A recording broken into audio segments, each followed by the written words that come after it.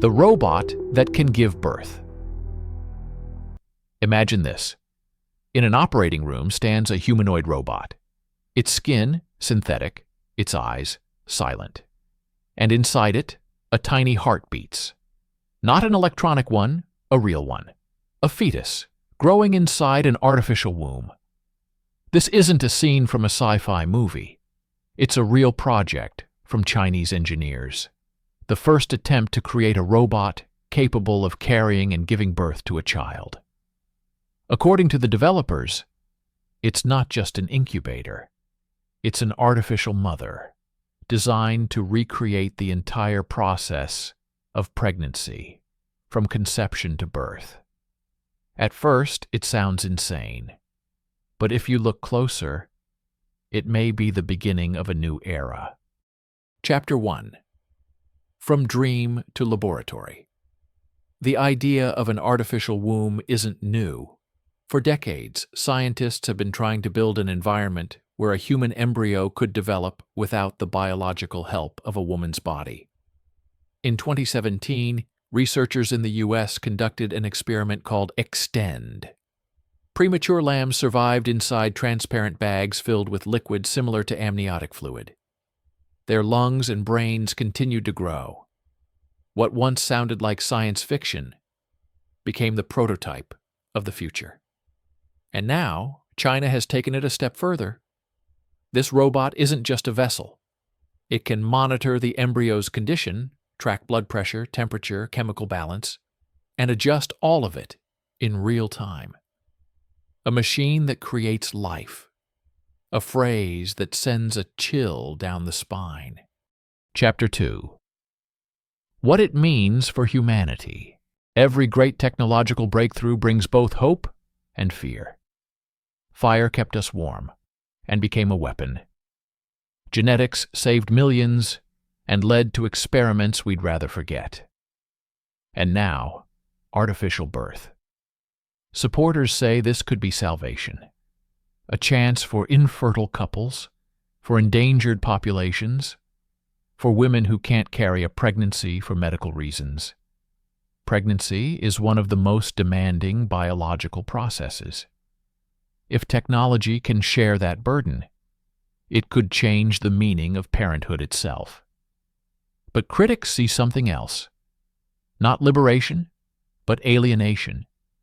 If a woman is no longer needed for birth, will our attitude toward life itself begin to change?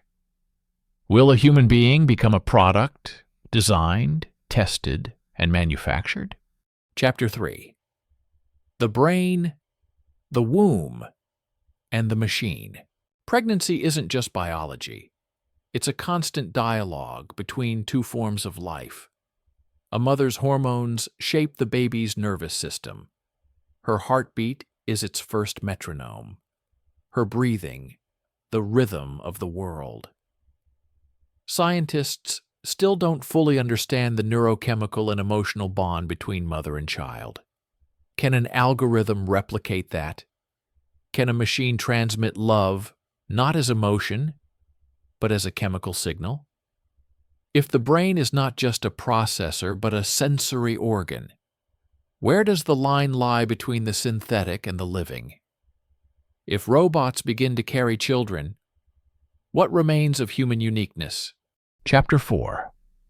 A New Evolution. The history of biology is the story of control over nature. We've learned to extend life, to edit DNA, to 3D print organs, but birth was the last sacred act. Now it's becoming a technology. Some philosophers call this the end of natural evolution. In the past, those who adapted best survived. Now, those who are best programmed will. Man creates machine. The machine creates man. The cycle closes. Chapter 5. What comes next? The creators of the project in China claim their goal isn't to replace women, but to understand how birth really works, and perhaps one day to save premature babies who have no chance of survival today. But if this technology ever becomes widespread, everything changes: law, ethics, religion, psychology, even the very concept of family. A child born without ever hearing a human heartbeat. Who is he? A new kind of human? Or the first citizen of a post-human civilization? Final chapter: The Lullaby Question. Anesthesia can turn off consciousness. AI already writes books. And now, a machine is learning to give birth.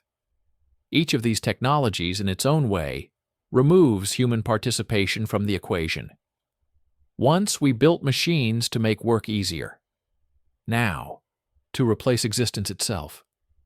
Maybe this is the true goal of evolution, for nature, exhausted by itself, to create something that takes control of its own creation.